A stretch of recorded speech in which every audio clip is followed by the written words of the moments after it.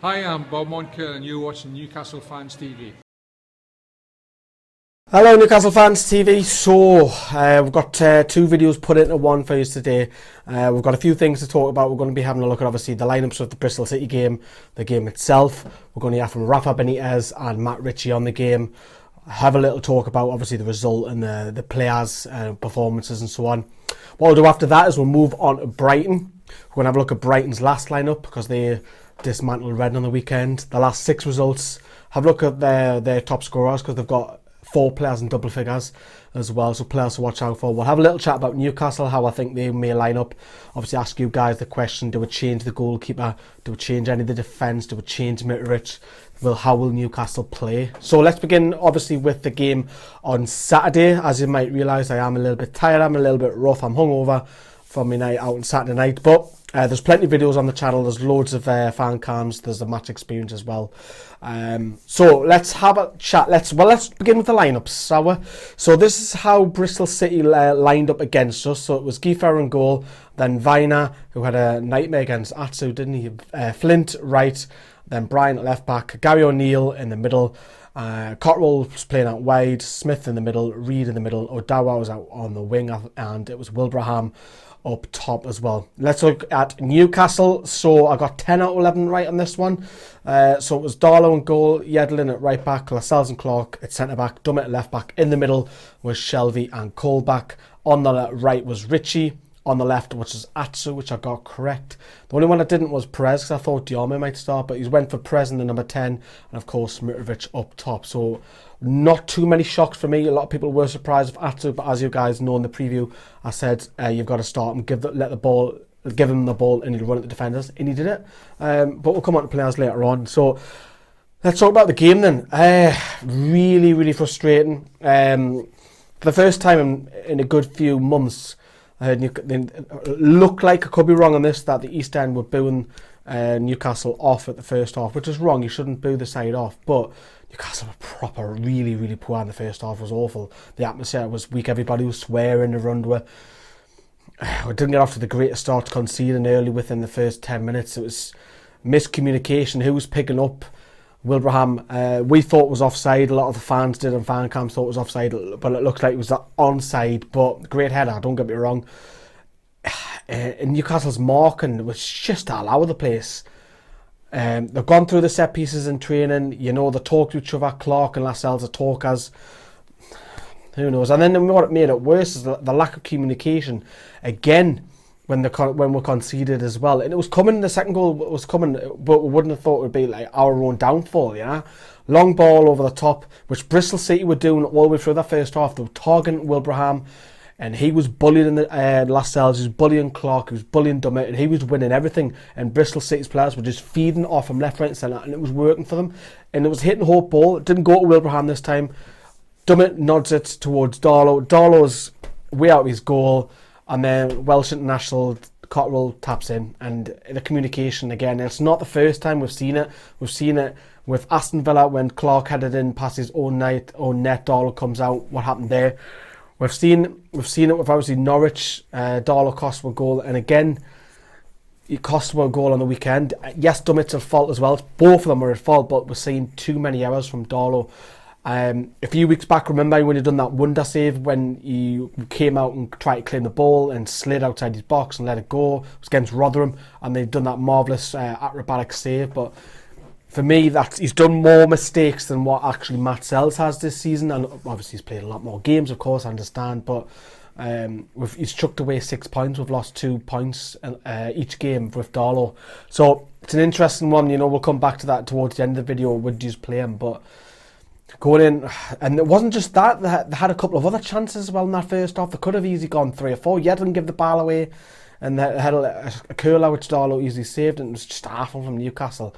And Newcastle's really best chance felt Perez when it was deflected wide. Getting into the first half, it couldn't get any worse going into the second half, and it was a different, that old saying, isn't it? It's a game of two halves, and it literally was. It was the second half came out different side. The atmosphere went up a notch. The Gallagher fans were singing their heads off. It was kind of like, the comeback against Norwich, the atmosphere like that. It was kind of like that. And when it was just a matter of time because Newcastle were hammering on the door, the crosses were getting at him, the ball kept going at him, he was just running down. Yes, his delivery wasn't great, but he had Viner worried all the way through that second half, in particular that second half. Just get the ball in, get the ball into him, he was whipping it in. And we got the goal. It was a scrappy own goal. It was Richie who came on from the left flank and crossed low, and then Shelvey bundled it and hits off the defender and goes in. And I said in the preview that the weak on the wings, I said it, and both were goals come from wings. Obviously, we've got the set piece goal from Clark as well, and it was coming because Newcastle had a number of corners. We should have went on to win that game. We had about 10 minutes. I know the goal was scored in the 82nd minute, I believe. That gave us roughly about 10 minutes, including stoppage time, to go on and get the winner. But everybody was disappointed. Yes, the fight was really, really good. I think earlier on this season, on the positive, we'll talk about the negatives first. We're playing against a side that's 21st in the league, and I was really, really confident Newcastle will go and win 4-5-0, 6-0, because Bristol City, no disrespect, I put a bet on for that.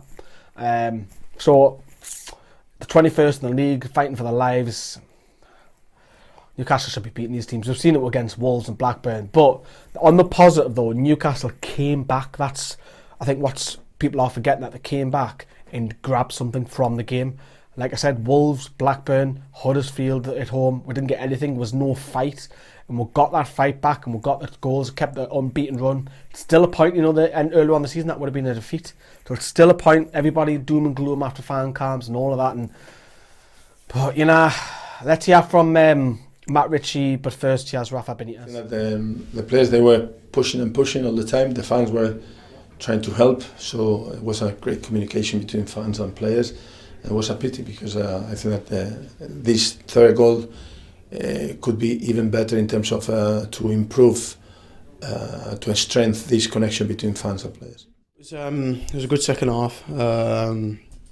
Probably a good point in the end because 2-0 down, obviously. Come back and score 2 goals is pleasing. Shows that we've got fight in us. Thought we were a very good second half. Thought we were patient in our attacks, moved the ball well, and probably unlucky not to actually win the game. Should have went out and win the game, as Richie was saying there. But let's talk about the players, and so let's start with obviously we know we're going to start. Carl Darlow, errors. It's again. Paul Dummer didn't do himself any justice. Lascelles. I'm nitty picking at Lascelles. I think he did all right. Mitrovic wasted that golden header with that corner come in, free header, and he powers over. I thought he was pretty disappointing as well. He wasn't reading Atsu's crosses where I think Gale would have, because Gale gets in front of his first man and then always gets his tap-ins, whereas Mitrovic isn't that clever. He doesn't read that. He wants the ball in the air, lofted for him, but Mitrovic again disappointing. On the positive, let's talk about it. I thought Richie was very, very busy. He's a goal threat. Obviously, we're very happy he didn't pick up the yellow card, of course. Shelvey, especially second half, was driving a lot more forward. I want to say that more often, even when Newcastle are drawn. And Atsu, for me, probably gets man of the match. Yes, he wasn't brilliant at delivery, but he was the threats in particular second half, and we wanted Atsu to start, but will he start on Tuesday? I don't think so. We'll come up the lineups in a moment.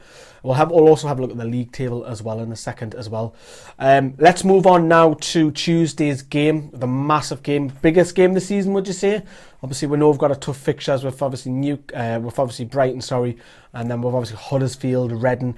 Let's have a look at the league table where things stand at the moment. Then, so Brighton went top because obviously they dismantled Reading, who aren't too bad themselves, and Huddersfield just shortly back as well. I think Huddersfield will want a draw from this game, and to be honest with you, I would take a draw if you offered it right now. Don't get me wrong, I'd be out of the moon if we went down there and won, but we haven't got a great record down there. We've been put out the FA Cup a couple of times down there, Let's have a look at Brighton's lineup. So this is the lineup that they went for over the weekend. So they went for Stockdale in goal. There was Bruno at right back, Duffy and Dunk in the middle, Pognoli at left back, Anthony Knockaert at right wing, Stevens and Sidwell were sitting, Murphy, who actually come in, he actually scored on the weekend, he played on the left, and then Glenn Murray and Baldock up top. You might see a couple of changes. You might see Sully March come in, or you could see Hemed play instead of Baldock as well, but they've got a few options as well from the bench.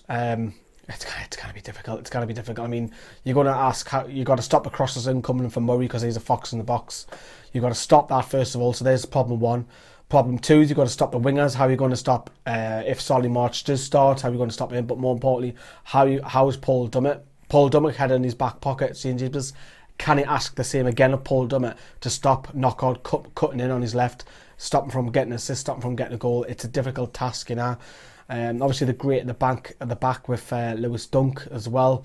So, if you look at their top goal scorers, let's put it on the graphic on screen for you. Look at this.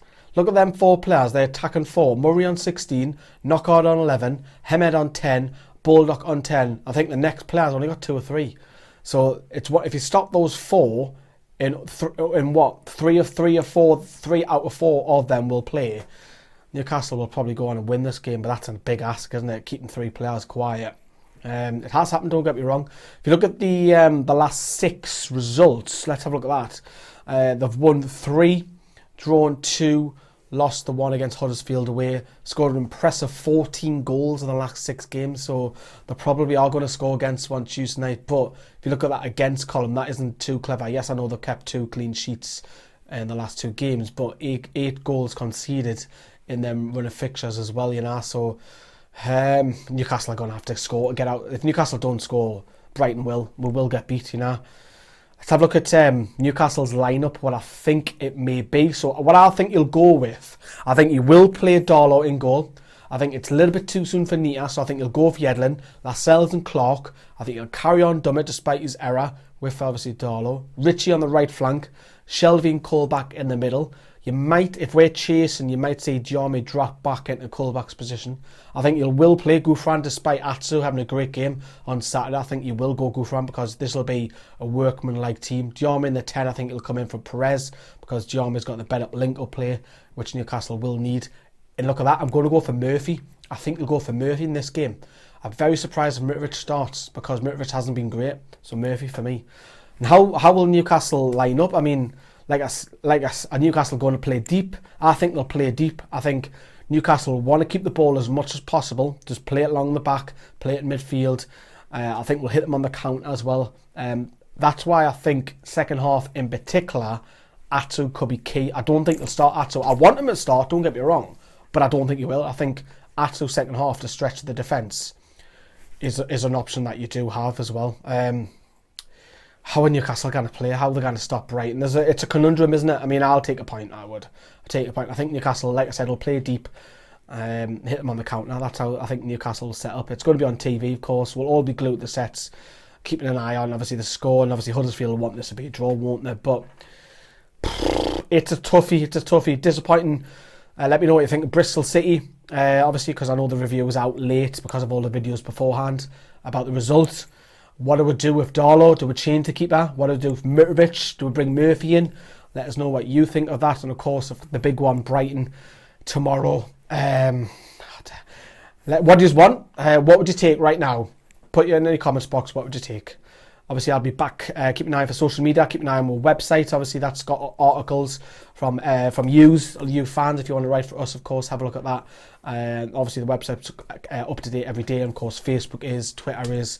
And also, if there's any news tomorrow during the day, I'll whack them over video on social media. Right, thank you very much for watching Newcastle Fans TV. See you later.